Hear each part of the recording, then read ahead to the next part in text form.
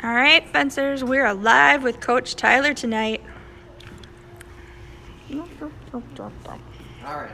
Hey, everybody. It's good to see you. So today we've got a similar setup to what we did on Tuesday earlier this week. Today we're going to be doing different parries, but if you tuned in on Tuesday, you've already done a little bit of this, and if you missed it, good news. You get to do it today instead. And you can go back and watch Tuesday up on YouTube if you're looking for a slightly simpler version of what we're doing today. Okay, so first thing we're going to do some cardio. Of course, I didn't grab my timer. Oh, I think that's like the third time a coach has forgotten the timer this week. Where did I put it? Well, I'm going to jog in place while Yes. I get it. On your way to find the most important timer. Get your extra credit in now. Oh, it's down here somewhere.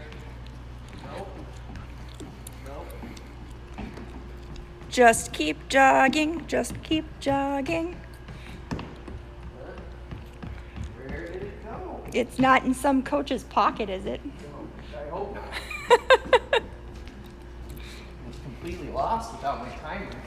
This is just us giving you the view of the club. We know everyone misses it, so we're making sure you get the whole trip around. Yeah, if you looked really closely, you probably saw some things that have changed since you visited last time. Yes. So that'll be interesting to see kind of the new stuff. So I've been hard at work here, even though we haven't had classes. There's still plenty to do. Right. There's always things to do here. It's true. So might even be able to clean a little bit. Well, you can't clean till you reorganize, but you have to clean things sometimes to reorganize. It's like an endless cycle. It's true. Yeah, I'm finding that out the hard way. Whew. I'm gonna get my knees a little higher, so it's a little more work for the last 30 seconds or so.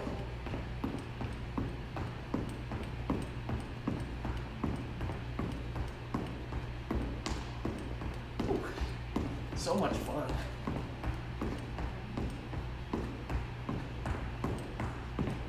All right, that was probably like 15 seconds, but good enough. So we're gonna do some leg stretches. So we'll start down in our calves, and then we'll just kind of work our way through into our hips. So we're gonna do calf raises and lowers, just like we did on Tuesday.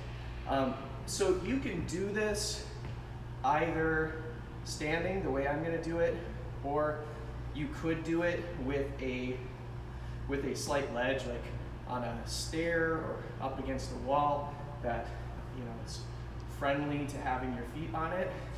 So if you live in someone else's house, don't just start putting your feet on walls wherever without talking to someone first. Or you can just do it this way, and then you don't have to worry about it. So we'll do some raises first. So I'm gonna go way up on my toes. And so you can see I've got my heels up in the air. And I can practice having my feet a little wider. I can practice having my feet a little narrower. And you'll notice I'm kind of walking a little bit, and that helps me to stay balanced. If I stand here completely still, this is a different kind of thing than if I just walk my feet around. So I'm gonna walk in and out. In and out. All right, good. So now we're gonna do it the other way. So we're gonna bring our toes way up off the floor. We're doing the same thing. So just walking just a little bit each time. I'm doing my best to keep my upper body relaxed. So I'm not leaning way over while I do this. I'm staying upright while I walk on my heels here. So I'm keeping everything up above my waist, relaxed, and everything below, still pretty relaxed. I'm not locking my knees out. See, as soon as I did that, I lost my balance. Okay, we'll go back to our toes. toes. Lock in just a little bit.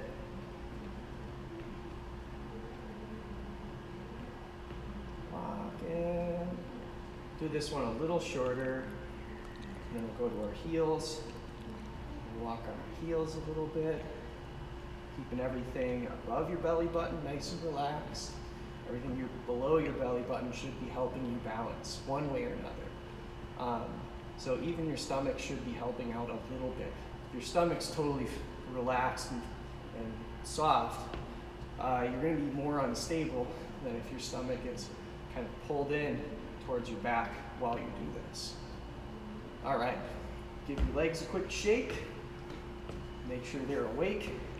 And we're going to do some sweeps. So we're going to step out. So we're touching with our heel. We're going to bend our back leg. We're going to go down and through. Same thing on the other side. So you go down and through. Taking extra care to make sure my back stays nice and straight. So just like before, when I do this, everything above my belly button, this is all loose. Everything below my belly button is helping. And so when you fence, this is also true. When I'm on guard, everything below my belly button has a job in the on guard.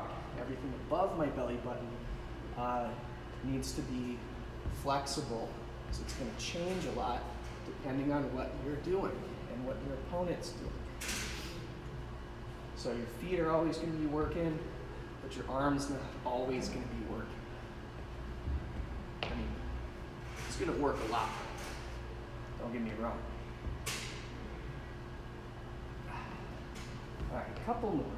Down and through. This side, down and through. All right. So we're going to do some hip circles now. Lazy crane, open the gate, close the gate, whatever you want to call it. And I'm going to do, this is actually two different stretches I'm going to take, and I'm going to put them together into one mega stretch. So the first one is a knee hug. So you pull your leg up first, and then we're going to let it go around. So we're going to pull up first. My hand is below my knee. I'm not like grabbing way down here. I'm not grabbing way up on my kneecap. It's right below the knee. So I grab below my knee, gentle hug, and then let it come out. So this side, go hug and out. So hug, out. Hug it out. And hug it out. All right, then we'll do the other direction. So we're going to start wide, and then we'll bring it in. So we'll start up here, go up, hug, and let it down. So nice and wide as you can get it, and then hug it out. So big wide circle. Hug it in? Or yeah, hug it in. Big wide circle, and bring it in. And if you want to, you can bring it in across a little bit if you'd like. So you can go here. You can see how, for me, bringing it in with my arm instead of just bringing it with my hand can be good. But that's up to you. I'd actually recommend only using the hands to start with, because you can control that a little more. You just use your arms. But if you're doing this laying down and you can't move your elbows past a certain amount, you may need to help out with your arm as well. Okay, so now we're going to do some lunges now that our hips are a little loosened up. And for our lunges, the thing that we really want to focus on is getting our quadriceps to stretch out here, because we've gotten our ankles and our calves and our hamstrings and our hips. Our quads are the only thing we haven't really stretched yet, but we're going to. Okay, so to do this, we're going to do an athletic stretch or an athletic lunge. So I step out, I'm going to let my heel come up off the floor, and then from here, I'm going to let my knee bend until I start feeling it in my leg. on the front of my leg right here, the quadriceps. I'm not going to go super low. If you do, that will move the stretch into your hip. And if you feel like you need to stretch your hip flexor a little bit, you can do that. But again, our main priority is this quadricep muscle right on the front of the leg.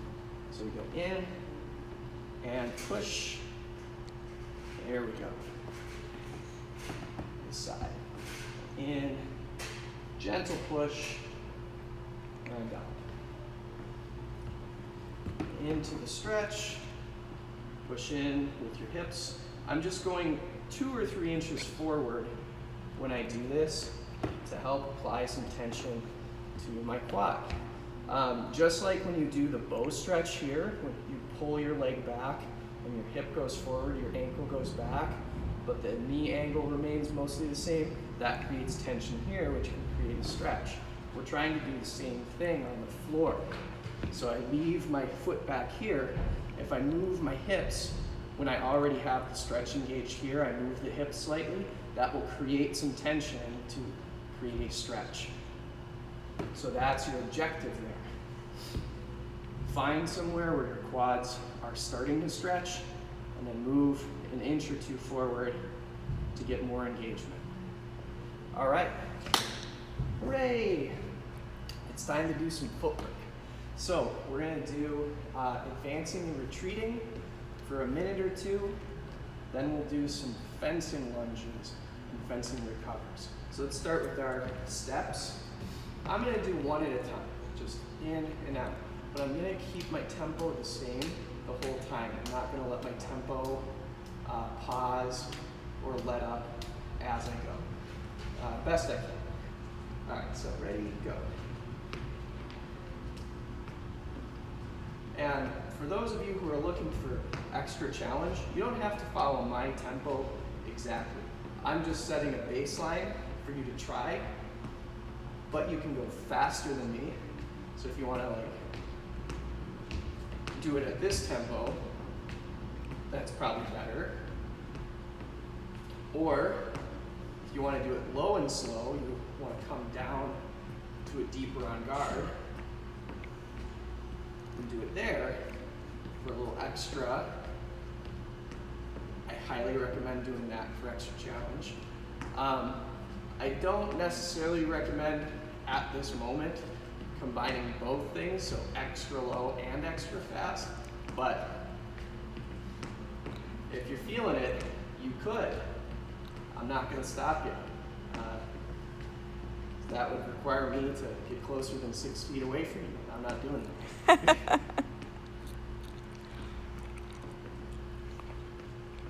All right, that's a minute or 2. Now we're going to do our lunge and recover. We're going to have the same goal. So we're going to try and keep a tempo going the whole time. Go in and out, in and out, in and out. All right, ready? Go ahead. So, and I'm going to not use my arms. We're going to do this for less than a minute. So then we're going to switch what we do. So right now, I'm just going in, out, in, out.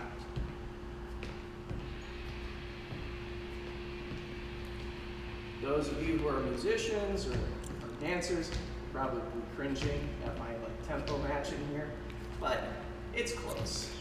Close enough for the people I fence with. If we were really concerned, we could break out our metronome. Yeah, or you could break out the metronome at home. That's right. Some footwork on tempo. So you have a really clearly defined tempo that you like to work on. Okay, so now we're going to change that lunge recover thing for less than a minute again, but this time we're going to hold our lunge position for a moment, and then we're going to come back out. So we're going to go lunge, 1, 2, 3, recover, 1, 2, 3. Lunge, 1, 2, 3, recover, 1, 2, 3.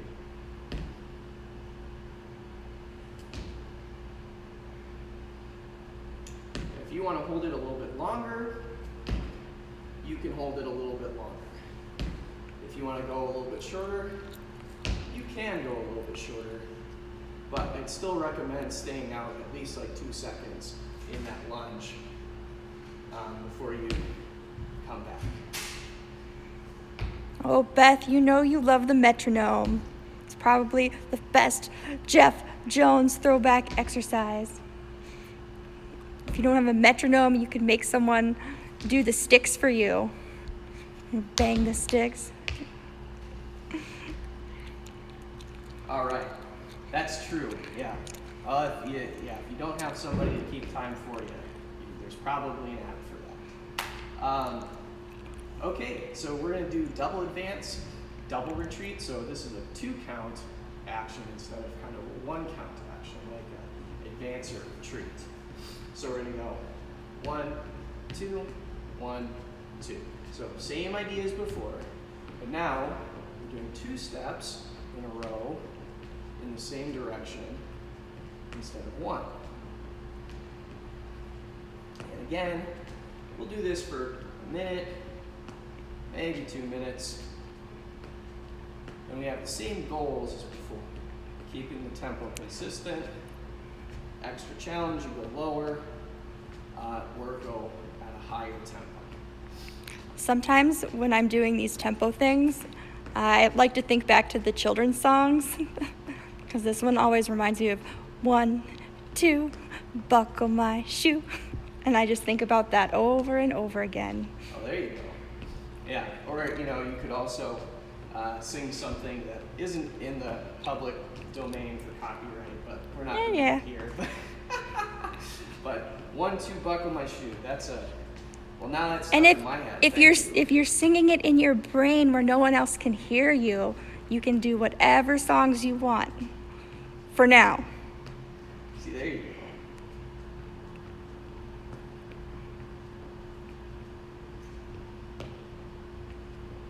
go. Okay, so now we're going to do advance, lunge, recover, retreat. So we're still doing 2 steps in one direction, 2 steps in the other direction. The only difference is now we've got a lunge instead of that second advance. So take a step forward, we'll do our lunge.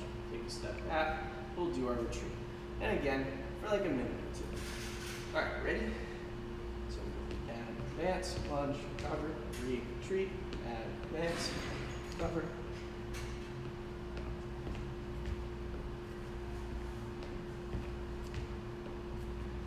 Well, I said I wasn't going to do my arm. It's hard not to. I mean, it's all right. Now I can really focus on making my footwork really good. But you're right. There's something deeply satisfying about using your arm to do the action. But the downside is you lose tactical flexibility when you drill your footwork with your arm all the time. Because you can't train every single contingency, every single option at the same time. And unless you're really careful to make sure you're training all the 3 main types of attacks that you might do with your arm, you're going to favor one of them. And maybe in a way that's not going to benefit you strategically. So you want to make sure you train, at least often, train in a more reductionist way with your feet and give blade work its own time. You look at just about any kind of fighting art outside of fencing, boxing, jiu-jitsu, karate, you name it. They all spend a good amount of time just working on stuff to do with their legs, completely aside from what they do with their arms. It doesn't mean they don't train their arms. Of course they train their arms, but they focus a lot on making their legs really strong and making their legs good at doing what they need to do. Okay, great. Some more than others, though, for sure. Well, and it's that being able to move your arms independently is the other thing. Indeed. Yeah, Sam hit on that a bit on Monday. Yep. Quite a bit. And last week as well. Okay, so we got through all of our footwork. Yes. We did it. So now we got a nice tight class today for time because we got blade work to do. So Yeah. I've got two things. I've got a plastic sword, which is a little easier to see, I feel. But you know, if you have a stick, you can see this is about 3 feet long. It's about the same size as a regular old foil might be. These are about the same size as a fencing foil. So if you have a stick about this size, that's good enough.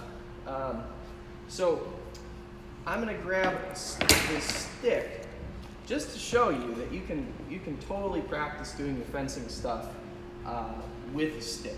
In some ways, your stick is more versatile because you could be a foil stick or it could be a saber stick. That's true. That's very true. Tell you what, it's probably easier to see if, yeah, there we go. We got a darker background. This will show up a little bit better. Okay, so we've got, we're gonna do 6 and 4 first. So if you were here on Tuesday, we already did this. If you're a saber fencer, that's 3 and 4 instead. So 6 and 3 are kind of the same side, depending on which weapon you've got. Okay, so first up, we're gonna start on guard. So here's my point weapon on guard. You see how if I slide this back, it just makes a line all the way out from my elbow all the way forward. I'm gonna put this in my hand in a more regular way, but you can still see it just kind of comes out from where my elbow is. Only difference is in saber, it goes the direction your thumb is pointing. In foil and epee, it goes the direction your finger points. So saber goes this way, foil and epee goes this way, but it's the same thing. Okay, so I'm doing this right-handed. I'll do this a little bit left-handed too, so we'll spend some time on each side. So if you're left-handed, this will be like looking in a mirror, and if you're right-handed, this is what your opponent looks like as a right-handed fencer when you look at them. So don't worry too much about it if you're having a hard time on one side. If I switch sides, it might be easier for you on that side. It's easier to see that stuff in person because you have depth perception, but on a tiny little phone screen, it's a little harder. So if you're having trouble with that, don't worry about it. That's normal. Okay, cool. So I'm gonna, I'll start left-handed. So here I am, I'm on guard. So if you're right-handed, I'm a mirror image of you. So your blade should be on the same side as mine. Okay, cool. So we're gonna go across, and so we're gonna turn our sword over. So right now, palm is up, you see that? So now when I come over, turn my hand over, so it goes about 90 degrees, just like that. So I come back, so I'm on guard here, I come over, and I come back. And then for saber, same thing, I'm in 3, I come over, and now I'm in 4. My cutting edge is going that direction. So cutting edge is going that way, now the cutting edge is going that way. So your thumb opposes the sword in saber, and so you want your thumb opposite of where their cut's gonna be, so that you're strong. If your thumb's not, it's just gonna go right through. It has to be there. Okay, so back to point weapons. We're in 6, we're gonna transition into 4, and transition into 6. All right, so now I'm doing it right-handed. So I'm in 4. So if you're left-handed, you should be copying me. If you're right-handed, be on guard right now. Transition. So on this side, now we're on this side. This side, now we're on this side. Saber fencers, you're here, and then you're there. There, and there. There, and there. 4, 3. 6, 4, 6, 4. Okay, so now we're going to introduce our new parry today. So many of you have probably learned this parry before. Some of you may have not learned this yet, and that's okay. So what we're going to do, we're going to do parry 8, which for foil and epee is just right here. It protects below your elbow, and then 6 protects above your elbow. But they're both on the same side. You can see that. So 6 is up here, protects above the elbow. 8 protects below, above and below. So there's what I like to call sister parries, where they're the same general position. The only difference is one goes up, one goes down. And in saber, this is also true. 3 and 2 are also sister parries. See, look, 3 is here, 2 is there. The only difference is my hand is turned. In 3, my hand is pointing, or my blade's pointing up. And in 2, my blade is pointing down. But you can see how my palm is kind of turned over a little bit in both of them. It's just turned more in 2 and less in 3. Okay, cool. So we're going to transition between those parries. So follow along with me. So if my point is up, you're in 6, or if you're a saber fencer, you're in 3. And if my point is down, you're in 8, or if you're a saber fencer, you're going to be in 2 over there. So you can see how saber, the palm is kind of sort of down, and then epee and foil, the palm is up in those positions. Cool. Side note for point fencers, 2 and 3 also works that way, but those are a little more, I'd call those more advanced parries, because you have to really know why you're doing them to choose to do them in point fencing, but they're bread and butter in saber. Okay, so my point is up, so you're in 6 or 3, and we're going to transition down. And I'm trying to draw a fairly straight line into that position. I'm not doing an exact straight line, but I'm taking a very slight curve, so I'm not deviating a lot to go from high to low line. I'm just going a little bit, a tiny little curve. If I do it the other way, I'm going to end up on top of my opponent's blade instead of inside my opponent's blade. That's what I really, really want. I want them to be over there. So here I am, 6, I'm in 8. 6, 8, 3, 2, 3, 2 is for the saber fencers. So 6, 8, 6, 8, 3, and 2, 3, and 2. Okay, so I'm going to do it with the other hand.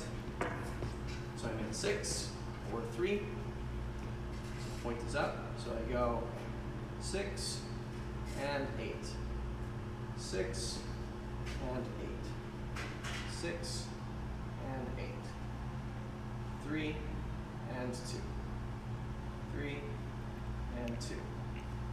3, 2, 6, 8, 6, 8.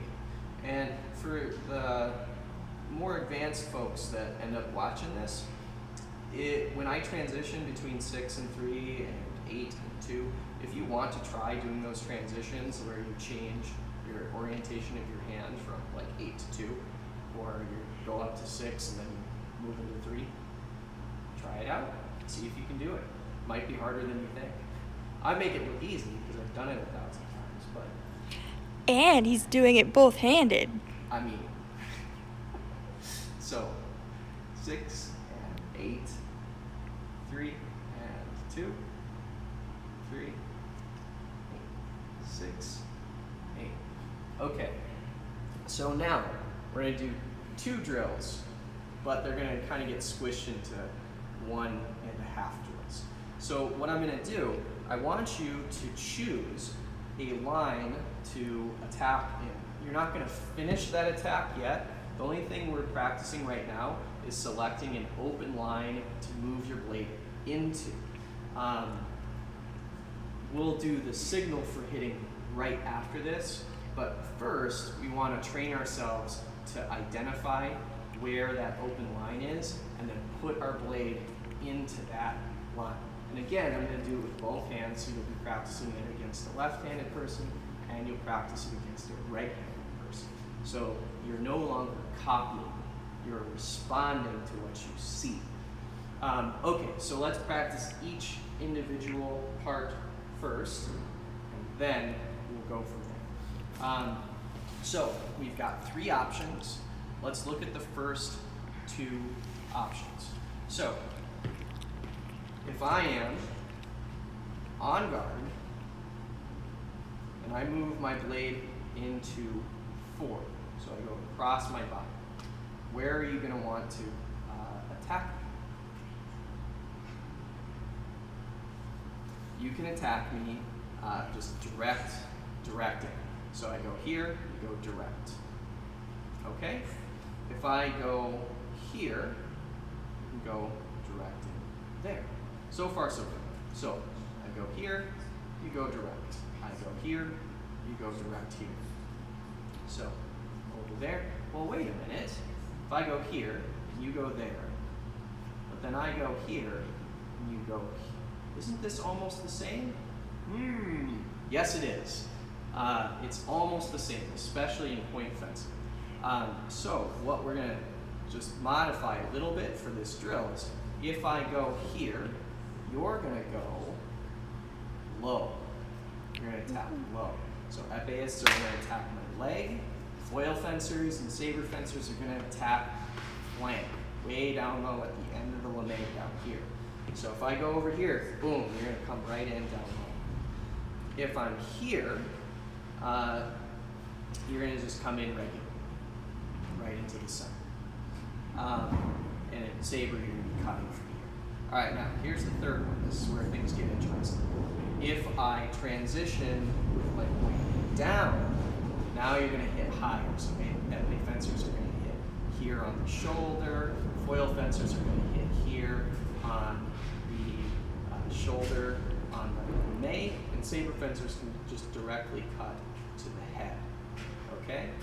So let's practice. So right now, you should be showing me an attack on this side.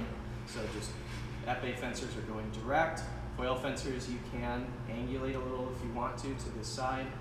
And then saber fencers, yeah, sabers cutting, epees direct, foils relatively direct. Okay, I transition here. We're going to cut or thrust low line somewhere in here. Okay, come back to threatening in the center, threatening low, threatening in the center, threatening high. Center, high, center, low. All right. Now do it against someone who's left-handed. All right, so you're threatening in the center. So the other 2 threats are going to kind of be over here, right? So here we go. So we're in the center, we're threatening to the center, so we're threatening head, we're thrusting to the center, and we're going to change to going low. So it's on the other side now, so it's over there. So foil fencers, you're going to be hitting down here by my flank or even on my back if you're a little more advanced. Saber fencers are cutting right under my elbow at the lame, and then epee fencers are going to the thigh, most likely, in this scenario. And a note for the epee fencers, we're assuming they're taking a deep parry here, and this is why you're not necessarily going for their arm, but if it's there, you can hit their arm too. Not a big deal. Okay, so you're hitting low, threatening low. Now you're threatening in the center, threatening low, center, high. Center, threatening low, center, high. Okay, cool. We need to equip you with like blinky lights. Yeah, maybe. Okay, So we're gonna do our final drill now that we've got the high, mid, and low hits in. If this seems a little bit much, the good news is that I can only do 2 things. I can't do 3 things altogether. I can be in one place, and then there's only 2 options ever. So there's never 3 options, there's always 2 options, even though there's 3 things. If I'm here, I can only choose one of those 2. If I stay here, we're already there. Okay, cool. Here is the signal. So we're gonna do the same setup, but now the signal is going to be me losing my balance or committing to being in that space on that parry. So I'm gonna go onto my front foot. So if you see me move onto my front foot, that's your cue to hit. You have to watch carefully when I lean, because I'm probably gonna also do a transition to make it a little harder. So if we're here, we're in the center, I'm gonna do the transition and lean most of the time. So your opponent's not gonna just commit out of nowhere and just be like, ah, I'm just here. I mean, they might. Boy, that would be nice. But most of the time, they're gonna be doing something. They have a reason to commit. Okay, so step in place. So you're using your fencing footwork. So foil and epee is here. Saber fencers are in your best marching guard here. And so we're midline. We go low. We're still threatening, so I'm still on balance. Threaten low. Threaten mid. Threaten high. And hit midline. Okay, here we are. So we're threatening in midline. And when I say threat, I don't mean fully extended. All I mean is just showing interest, but not fully committed. You save a little bit of that arm for later. So right now we're in midline here. We go high. We go mid. We go low. Mid, high, mid, low. Midline, high line, midline, low line. Midline, there it is. Good. Make sure you come, hit, come right back. Still doing a nice recovery with your arm after the foot. All right. Low line, midline, low line. Boom, right in. Or here for the epee fences. All right, so we're moving, we're in midline, high line, midline, low line, midline, high line. Boom, right in there. All of you degenerate foil fencers should be Going for reaching that over and back, putting me on yep. the back. All right, so we're in midline, high line, midline, low line, midline, low line. And for that low line, foil fencers and saber fencers especially, you should be digging under their elbow. The lower your lunge, the higher your hand can be. The shallower your lunge, the lower your arm gets and the more space you lose. See, check this out. Watch this. So, shallow lunge, I'm here. The more I slide my foot back, the more range I get. You see that? So I'm here. I can make an effective attack to that line much further back if I use a lower lunge. Doesn't mean you're always going to want to do a huge thing, but it does help. Okay, so we're in midline, midline, high line, midline, low line. Oh, it's on this side now. I switched hands. Hope you were paying attention. Surprise! So here, high line, midline, low line, and hit or hit. Good. moving. We're midline, high line, midline, high line. All right, give you that one for free. All right, we're moving. 1 or 2 more minutes. So here, we're midline, high line, midline, low line, midline. All right, moving. Showing interest in midline, high line, midline, low line. So mid, mid, high line, midline, low line. Good. So midline, high line, midline, low line, midline, and high line.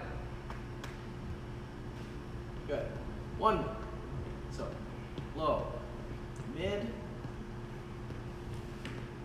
high, mid. Or I'm sorry. Yeah, high, mid, high, low, high, low, high, low. Notice that when I go from here, I'm coming around, so you have to go under my blade to get there. When I do this transition, I'm going from 8 into 4, or I'm going from 2 to 4. So you're going to have to avoid a circular pattern to get here. See, look, I'm here, and transition, boom. Let's do that one more time, because it's lots of fun. So you're high line, and then you do a circular transition into low line. Cool. All right. So that's it for today. If you tuned in late, this is going up on YouTube as fast as we can upload it. And so you can rewatch. And again, we did some of this stuff on Tuesday. So check this out on there as well. So go rewatch the last third of the Tuesday workout so you can see some of these transitions. We did circular transitions, and we taught and the Sunday one. So Sunday, Tuesday, and today, all the same block of drills. So watch those 3 things, check them out. Even if you just watch the blade work part, it's totally worth it. And if you're quarantined with someone, this is a fun one to do with a partner. Yeah, it's true. You can give somebody like a big spoon and just, it works great. I mean, it's not as good as having a sword, but that's okay. I'll say the same thing that I said on Sunday as well. We have some stuff here that we can lend out. So if someone needs like a foil or something, I'm sure we could probably find one that we can borrow until we're back on again. So I'll just write down who has it, and no big deal. So if you like need something to practice with, let us know. We'll help you out, right? So that's a solvable problem. Okay, cool. Yeah, that's it. So thanks for tuning in. Stay safe, stay hydrated, and we'll see you next time.